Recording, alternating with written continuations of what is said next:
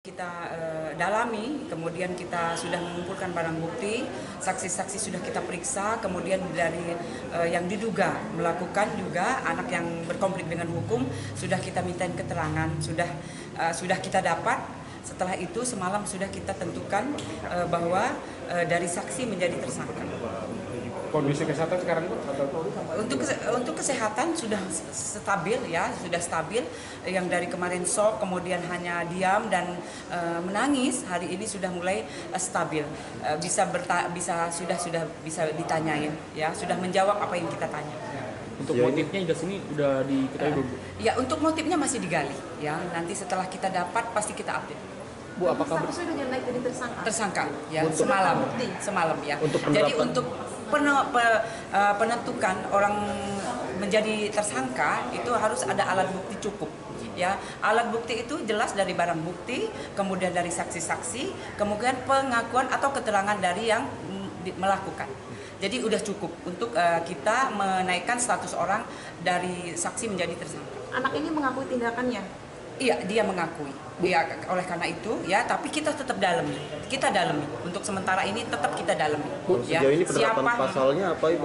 Untuk pasalnya kita kita terapkan adalah 338 KUHP, kemudian subsidiar 351 ayat 3 KUHP. Lanjut dengan juga kita lapis dengan pasal 44 ya, ayat 2 dan 3 gitu, Undang-Undang KADRT. Bu, apakah benar itu anaknya karena ada tekanan dipaksa belajar dari orang tua?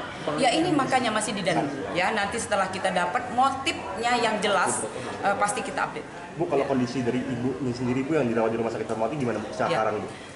Untuk keadaan dari ibu anak tersebut ya, setelah dilakukan operasi atau tindakan yang kemarin terjadi, sekarang masih di ruang ICU. Sudah sadar ya, kemudian sudah membaik, tapi belum bisa dimintain keterangan tentunya.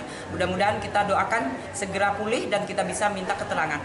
Karena keterangan dari ibu anak tersebut sangat berarti bagi kasus yang sekarang menimpa. Bu, Ya. untuk saksi sendiri total yang diperiksa dalam kasus ini sudah berapa sih? Sudah 6 orang ya. Sekarang juga kita lagi meminta keterangan dari pihak sekolah. Dari pihak sekolah ya. Soal apa Bu kalau pihak sekolah? Dari sekolah sehariannya ya, karena memang banyak anak tersebut di sekolah tentunya berinteraksi ya dengan guru, dengan murid, itu pasti kita gali. Apa-apa yang sudah yang didapat setiap harinya pasti kita mintain keterangan tentunya. Penyidik sudah ketemu dengan pihak sekolah? Sekarang lagi bersamsung ya, dari kepala sekolahnya, kemudian guru BP itu, kemudian juga guru kelasnya ada di atas, lagi dimintain keterangan atau ditanya kesehariannya dari anak yang berkonflik dengan hukum. Kita dalami, kemudian kita sudah mengumpulkan barang bukti, saksi-saksi sudah kita periksa, kemudian dari yang diduga melakukan juga anak yang berkonflik dengan hukum sudah kita mintain keterangan, sudah kita dapat. Setelah itu semalam sudah kita tentukan bahwa dari saksi menjadi tersangka. Kondisi kesehatan sekarang Bu? Untuk kesehatan sudah stabil ya, sudah stabil. Yang dari kemarin shock, kemudian hanya diam dan menangis, hari ini sudah mulai stabil. Sudah bisa ditanyain ya, sudah menjawab apa yang kita tanya. Untuk motifnya hingga sini udah diketahui belum? Ya, untuk motifnya masih digali ya. Nanti setelah kita dapat pasti kita update. Bu, apakah statusnya sudah naik jadi tersangka? Tersangka ya, Untuk semalam ya. Untuk Jadi penerapan. untuk penentukan orang menjadi tersangka itu harus ada alat bukti cukup ya. Alat bukti itu jelas dari barang bukti, kemudian dari saksi-saksi, kemudian pengakuan atau keterangan dari yang melakukan. Jadi udah cukup untuk kita menaikkan status orang dari saksi menjadi tersangka. Anak ini mengakui tindakannya? Iya, dia mengakui. Ya, oleh karena itu ya, tapi kita tetap dalami. Kita dalami. Untuk sementara ini tetap kita dalami. Bu, Ya. sejauh ini penerapan pasalnya apa Ibu? Untuk pasalnya kita kita terapkan adalah 338 KUHP, kemudian subsidiar 351 ayat 3 KUHP. Lanjut dengan juga kita lapis dengan pasal 44 ya, ayat 2 dan 3 gitu, Undang-Undang KADRT. Bu, apakah benar itu anaknya karena ada tekanan dipaksa belajar dari orang tua? Ya ini makanya masih didalami. Ya nanti setelah kita dapat motifnya yang jelas, pasti kita update. Bu, kalau kondisi dari ibu ini sendiri Bu yang dirawat di rumah sakit Fatmawati gimana Bu sekarang Bu? Untuk keadaan dari ibu anak tersebut ya setelah dilakukan operasi atau tindakan yang kemarin terjadi, sekarang masih di ruang ICU. Sudah sadar ya, kemudian sudah membaik tapi belum bisa dimintain keterangan tentunya. Mudah-mudahan kita doakan segera pulih dan kita bisa minta keterangan. Karena keterangan dari ibu anak tersebut sangat berarti bagi kasus yang sekarang menimpa. Bu, Ya. untuk saksi sendiri total yang diperiksa dalam kasus ini sudah berapa sih? Bu? Sudah 6 orang ya. Sekarang juga kita lagi meminta keterangan dari pihak sekolah.